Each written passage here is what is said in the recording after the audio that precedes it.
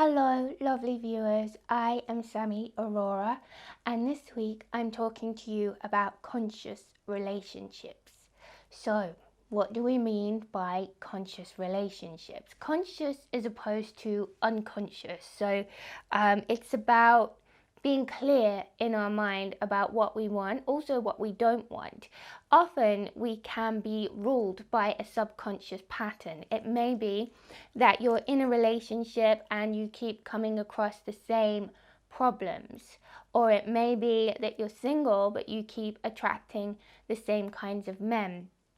This was me in my 20s. I was always attracting player types and I wasn't getting the kind of guy that I wanted until I sat down and did some sort of stock taking of my history and my belief system so that I could eventually attract the relationship that I truly wanted. So conscious relationship starts with consciousness in ourselves. And how do we get conscious of what we want? Well, we all have a shadow, Carl Jung believed, and the shadow is the part of ourselves that we are unaware of. So shadow work, we're going into that dark area and we're shining a light there and seeing what we find. And it may be that we find stuff that we want to hold on to, or it may be that we're finding stuff that's like, whoa, I can't believe I was carrying this around. But then that awareness means that we can then let it go. See, it could be that the pattern is we are giving more than we're getting in our relationships, and until we become aware of it, we cannot transcend it. So conscious relationships starts with consciousness within ourselves and then getting clear on what we want. Another part of the self-inquiry shadow work we could do is ask ourselves, how did my last relationships end? It may be that you want to write a list of all the people you've had a relationship previously with and then put why did it end next to them, and you may see a pattern there, or you may start to see the beginning of a pattern. And if it's the beginning of a pattern, you can dig even deeper and like what started to go wrong in that connection before we broke up, and then you may get to the pattern.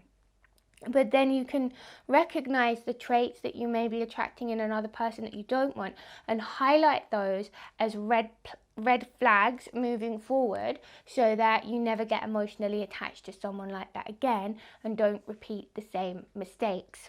Einstein says doing the same things and expecting different results is the definition of insanity. So I have definitely been insane at multiple intervals within my lifetime. And I'm sure some of you are like, yep, I've been round in circles a little bit. But getting awareness of what's going on really does enable us to make change, to attract a better relationship into our life, to attract a better person into our life. We can never change another person, but we can change the way that we look at another person, and we can change ourselves. And there has never been a better time at this time where we can't do everything that we want. We're restricted in what we can do, who we can see, but we can look within. We have freedom to look within and highlight those patterns and raise our conscious awareness and attract better relationships into our lives. I hope you enjoyed my little video. I'm Sammie Aurora. Hope to talk to you soon. Bye for now. If you want to stay up to date with all the videos we are putting out here at Psychic Today, make sure you hit that subscribe button because you don't want to miss out.